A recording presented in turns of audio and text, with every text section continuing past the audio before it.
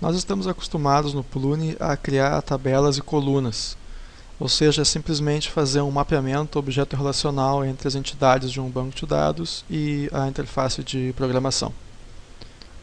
Isso é excelente quando nossas telas vão lidar com dados, porém existem casos onde a gente pode querer construir telas que não vão necessariamente lidar com dados específicos. E nesses casos, o Plune oferece um recurso que chamamos de SUESEC. O SUESEC permite então que criemos telas em HTML e JavaScript não necessariamente conectadas com o banco de dados. Para isso, então, a gente pode acessar um menu e criar uma tabela normal. Vamos escolher um nome para essa tela. E no tipo de persistência, vamos definir que essa é uma tabela, uma classe não persistente.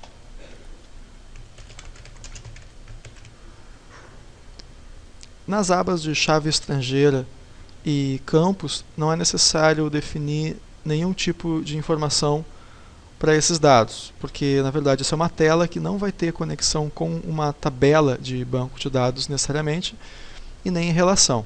No entanto, é possível que a gente defina uma chave estrangeira relacionando essa nossa tela com uma outra tabela, e aí a gente pode criar o que seria o equivalente a uma chave estrangeira para uma outra tabela. Então, a SUESEC ela é definida através da aba chamada SUESEC logo aqui embaixo. Essa aba, então, nos permite que a gente defina primeiro se nós gostaríamos de exibir o menu superior nessa tela, e permite que a gente defina, então, nessa caixa de texto aqui, o HTML, JavaScript, CSS, permitindo, inclusive, o Template Toolkit para a nossa tela. Vamos começar, então, com uma tela bastante simples. E vamos salvar. Como na inclusão de qualquer tabela ou tela nova no sistema, nós devemos recompilar o sistema por completo para que ele possa ser registrado e aparecer em todos os menus.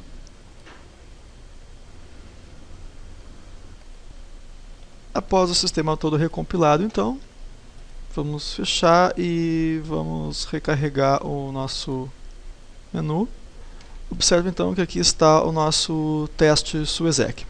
Vou clicar nele e o que nós temos aqui é simplesmente o menu superior, como nós definimos, e o HTML que nós especificamos no campo de SUESEC lá.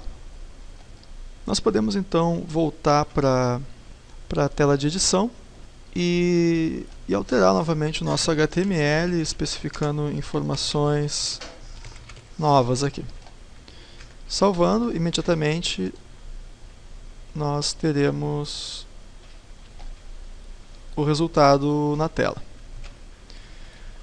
Nós podemos nessa tela ainda trabalhar com o Template Toolkit, o que nos dá recursos semelhantes a ter uma linguagem de programação dentro do Plune.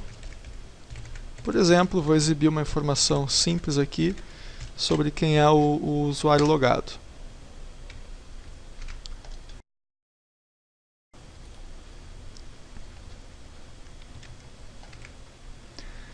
É claro que nós podemos fazer consultas e demais operações de banco de dados diretamente na nossa tabela SUESEC.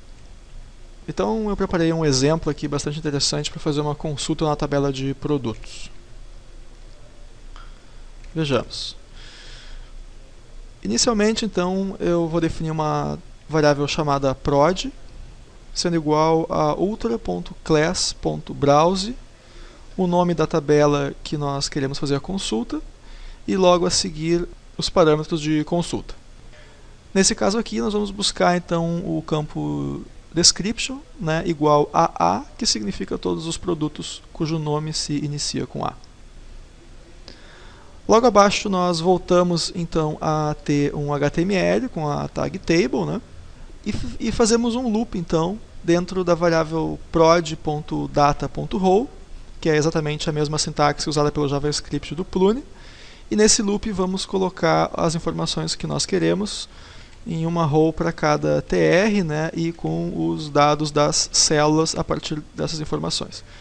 Então, aqui nos dados da célula eu tenho row.description.value, que seria o valor da descrição do produto.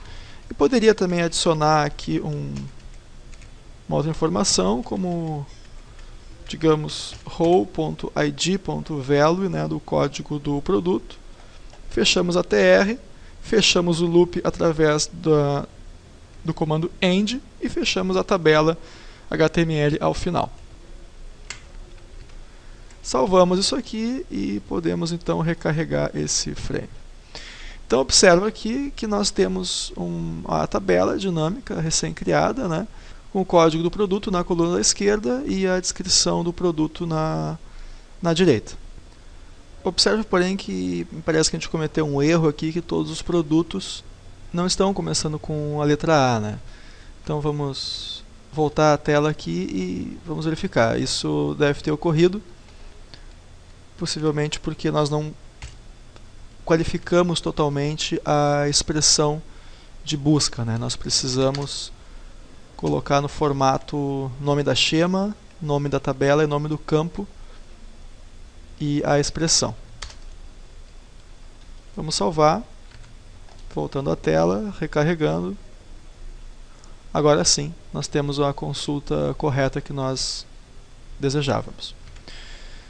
Nesses parâmetros de consulta, nós podemos colocar todos os parâmetros que são naturalmente colocados via HTML, assim como podemos colocar outras funções, outros métodos, né, além do browse, como o select para consultar um registro único, insert, update, delete, enfim, todas as informações necessárias e métodos de acesso às tabelas. É interessante notar que nesse método ultra.class. A função desejada, ele respeita as permissões do usuário logado. Logo, se o usuário não tiver permissão de consulta tabela produto.produto, por exemplo, o sistema vai simplesmente se recusar a fazer essa consulta e não vai exibir nada para o usuário, o que é, então, extremamente seguro.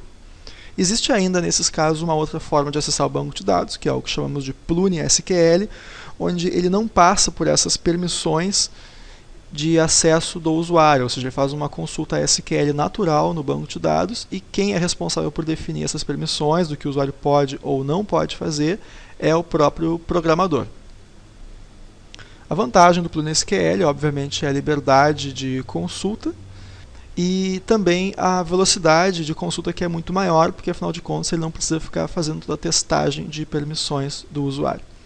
Existe uma documentação específica apenas sobre o Plune SQL que pode ser consultada para verificar como isso funciona de fato.